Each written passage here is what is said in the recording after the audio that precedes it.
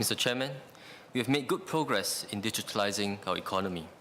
Singapore's digital economy generated value added of $106 billion in 2022, or about 17% of our nominal GDP, up from $58 billion or 13% of our GDP in 2017. More enterprises are going digital. For example, more than 9 in 10 enterprises are using e-payment today, compared to just 6 in 10 in 2018. Enterprises are also deploying more advanced digital solutions such as cloud computing and data analytics. Importantly, I'm heartened that our SMEs are doing so too. 95% of SMEs adopted digital solutions in 2023, compared to 74% in 2018. Even hawkers are coming on board. As November last year, 60% of our hawkers accept SGQR digital payments. The platform has facilitated an average of 5.1 million transactions or $42 million per month. IMDA's programs like SMEs Go Digital and Hawkers Go Digital have moved the needle. At the same time, the pace of technological advancements, especially in AI, is picking up pace. We want to equip our enterprises and workers with the capabilities to ride this new wave. We are developing a digital enterprise blueprint to chart the next bound of our effort, which Mr. Xie Yao Chen has asked about. We have been consulting extensively with sector partners and industry. We are refining the blueprint based on their feedback, and we'll put out a consultation paper in the coming months to seek views from the wider industry and from the public. But let me take the opportunity to outline the broad contours of the blueprint. The Digital Enterprise Blueprint aims to uplift our enterprises and workers in the age of AI. We will do this through 3 thrusts. First, we empower enterprises to be smarter through using AI-powered digital solutions. Second, we will support our enterprises to scale faster through adoption of integrated digital solutions. Third, we will equip enterprises to be safer by improving their cyber resilience. So smarter, scale faster, safer. The Digital Enterprise Blueprint is a live document which will be continually updated. Hence, we have started to implement some no-regrets moves that received broad support. Let me elaborate. Ms. Jessica Tan, Ms. Jim Pei Ling, Mr. Sharul Taha, Mr. Mark Lee, and others asked how we are supporting SMEs to benefit from AI. We will help enterprises and workers access benefits from AI capabilities through IMDA's SMEs Go Digital program. First, for the vast majority of SMEs, IMDA curates a list of pre-approved digital solutions suitable for broad-based adoption. We have started working with tech industry to incorporate AI capabilities in their digital solutions. I'm glad to share that as of today, around 20% of these solutions are already AI-enabled. For example, AI capabilities are integrated seamlessly into customer relationship management solutions, which help enterprises analyze customer interactions and data to suggest personalized marketing campaigns for customers. In 2023, over 3,000 SMEs have adopted and benefited from these AI-enabled pre-approved solutions. So that's for the broad base of SMEs. Second, at the sector level, IMDA has worked with sector leads to co-develop industry digital plans, or IDPs, which serve as roadmaps for enterprises, highlighting solutions which meet specific needs of the sector. We started with 5 IDPs in 2018. Today, we have 22 IDPs for various sectors, including sectors like wholesale, construction, retail, and food services. And these IDPs cover a broad swath of our economy. IMDA will refresh the IDPs to incorporate AI-enabled solutions that would be relevant to meet the needs of the enterprises in that sector. We have started doing so in the 4 IDPs that we either launched or refreshed last year, namely legal, tourism, retail, and security sectors. One good example, I met a company, Gowers, LLC is a law firm that has been using an AI-enabled proofreading tool to help check their draft contracts for conflicts and inconsistencies. I understand from lawyers that this process used to be done manually and was tedious, time-consuming, and error-prone. After adopting this AI-enabled tool, Gowers saw a 50% in productivity improvement and less errors. We will progressively refresh all IDPs to include sector-specific AI solutions so that enterprises can benefit from these useful solutions. Ms. Tin asked about the Chief Technology Officer, or CTO as a service. Over 92,000 users have accessed resources from the CTO as a service platform, and over 1,600 SMEs have benefited from the digital consultancy services. One example is food services company Ximengye. The company was overwhelmed by the numerous tech solutions in the market. The team turned to a digital consultant under the CTO as a service scheme for help to integrate their digital systems. And the company achieved 15% savings. The company achieved 15% in both manpower savings and sales growth. So I encourage all SMEs to tap on these schemes. And for enterprises who want to do more, we are supporting them through our Advanced Digital Solutions Scheme, or ADS, which brings together the tech ecosystem to curate solutions for key problems identified by the sector leads. We launched 2 new schemes under the ADS for enterprises to gain experience using generative AI. The first scheme is a program by IMDA and Enterprise SG to provide a pilot group of SMEs with access to 13 specially curated Gen AI solutions for common business functions like marketing and sales. If these Gen AI solutions prove useful, we will include them in the SMEs Go Digital pre-approved list of digital solutions to benefit others. And for the second scheme, this is for larger and more digitally matured enterprises who are looking to develop and deploy their own Gen AI digital solutions in their businesses. IMDA is launching a new initiative called Generative AI for Digital Leaders, where tech partners, including tech giants, will work with participating enterprises to help them develop and implement innovative Gen AI solutions. We are heartened to see early interest from enterprises, and we welcome more to sign up for these initiatives. So let me move on to the second thrust of supporting our enterprises to scale faster.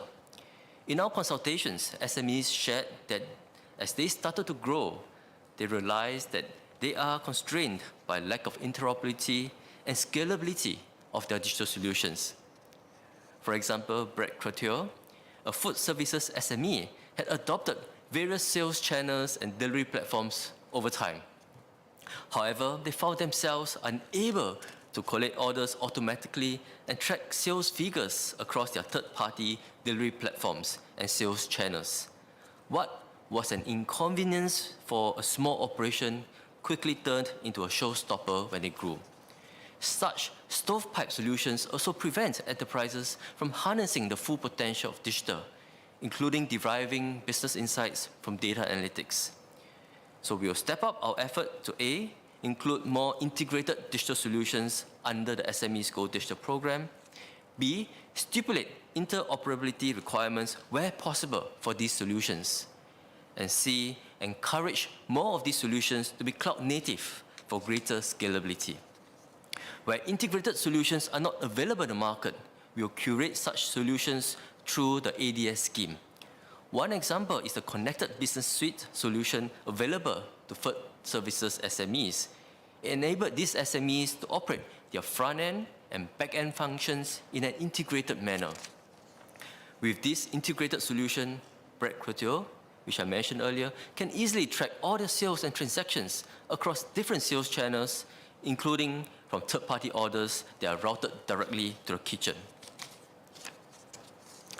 Going forward, we will work closely with sector leads and associations to introduce more pre-approved integrated digital solutions and cloud-based solutions to support our enterprises to scale quickly as they grow. So at this juncture, I must stress that technology is not the silver bullet, as mentioned by others earlier. And integrated and scalable digital solutions would also require the sectors and enterprises to redesign their processes and operations. Let me now move on to the third thrust of keeping our enterprises safer. I'm heartened to see that in CSA's latest cybersecurity survey findings, 75% of organizations were aware of the importance of cybersecurity. However, while enterprises are taking steps to improve their cyber hygiene, there is still much room for improvement. The same survey found that over 8 in 10 enterprises in Singapore encountered at least one cybersecurity incident in a year, and almost all of them suffered negative business impact. CSA also found that only 1 in 3 organizations implemented more than half of the 5 categories of cybersecurity measures under CSA's Cyber Essentials certification scheme. Lack of knowledge on how to implement cybersecurity solutions was commonly cited as a challenge. Ms. Tin and Mr. Seah asked how are we helping SMEs to then improve their cyber resilience.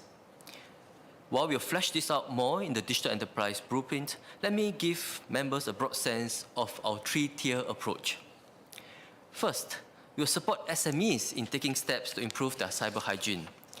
We'll launch a cyber security health check tool for enterprises so that they can assess their cyber hygiene, benchmark themselves against their industry peers, and assess resources for them to plug the gaps.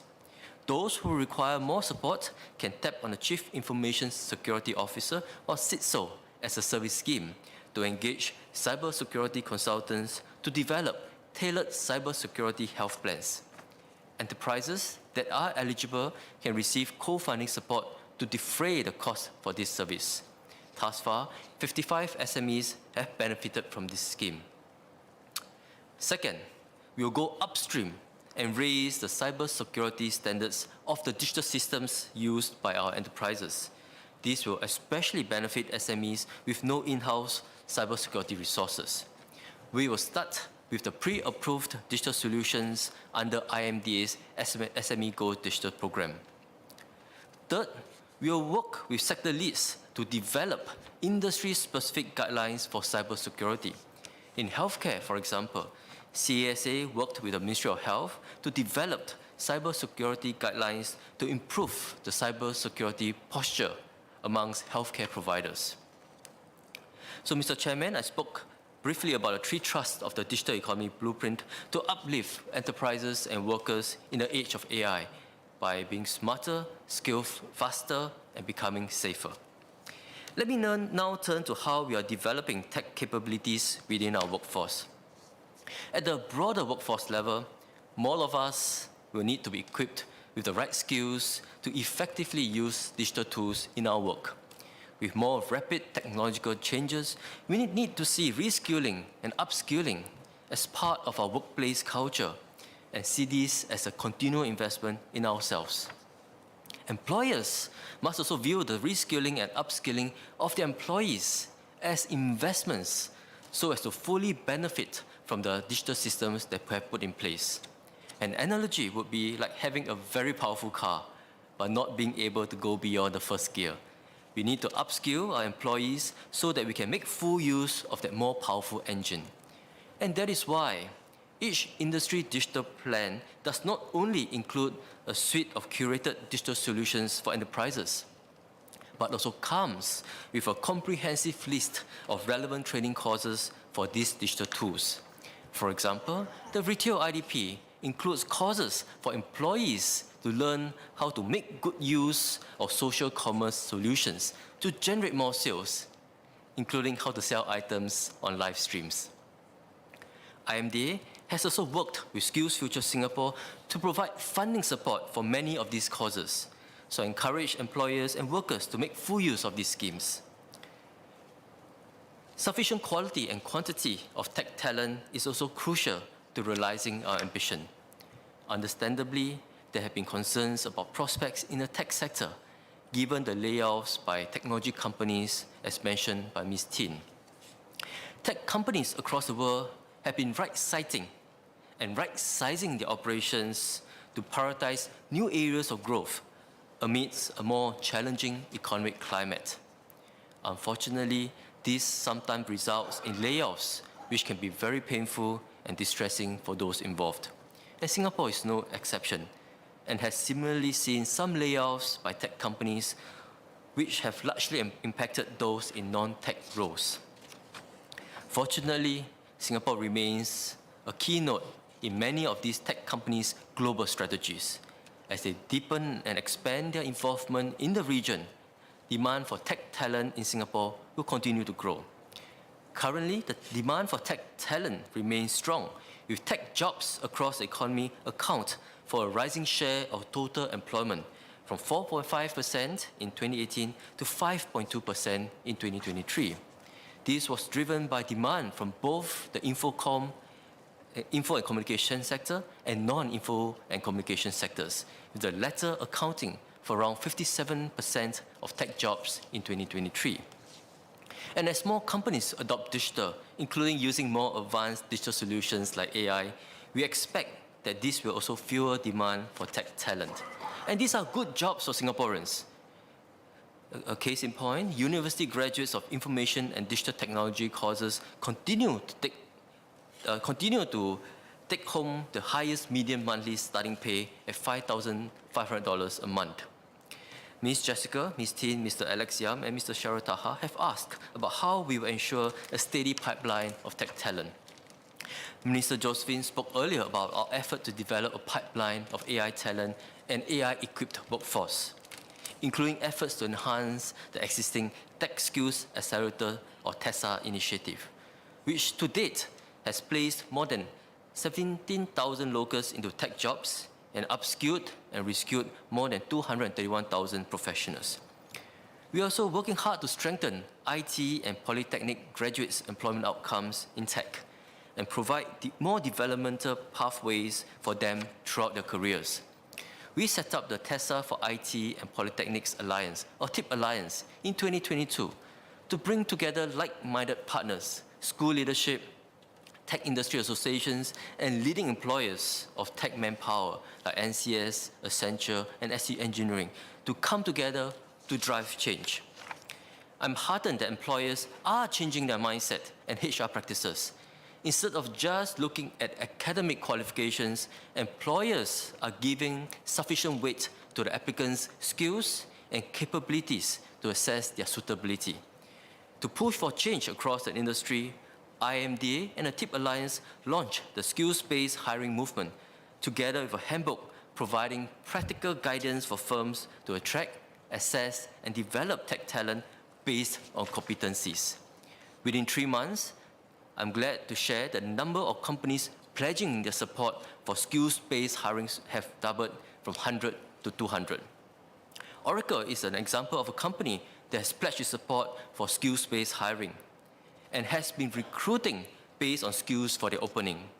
As part of their commitment, their recruitment team has chosen not to highlight the education requirements in their job postings for all technical roles in Singapore.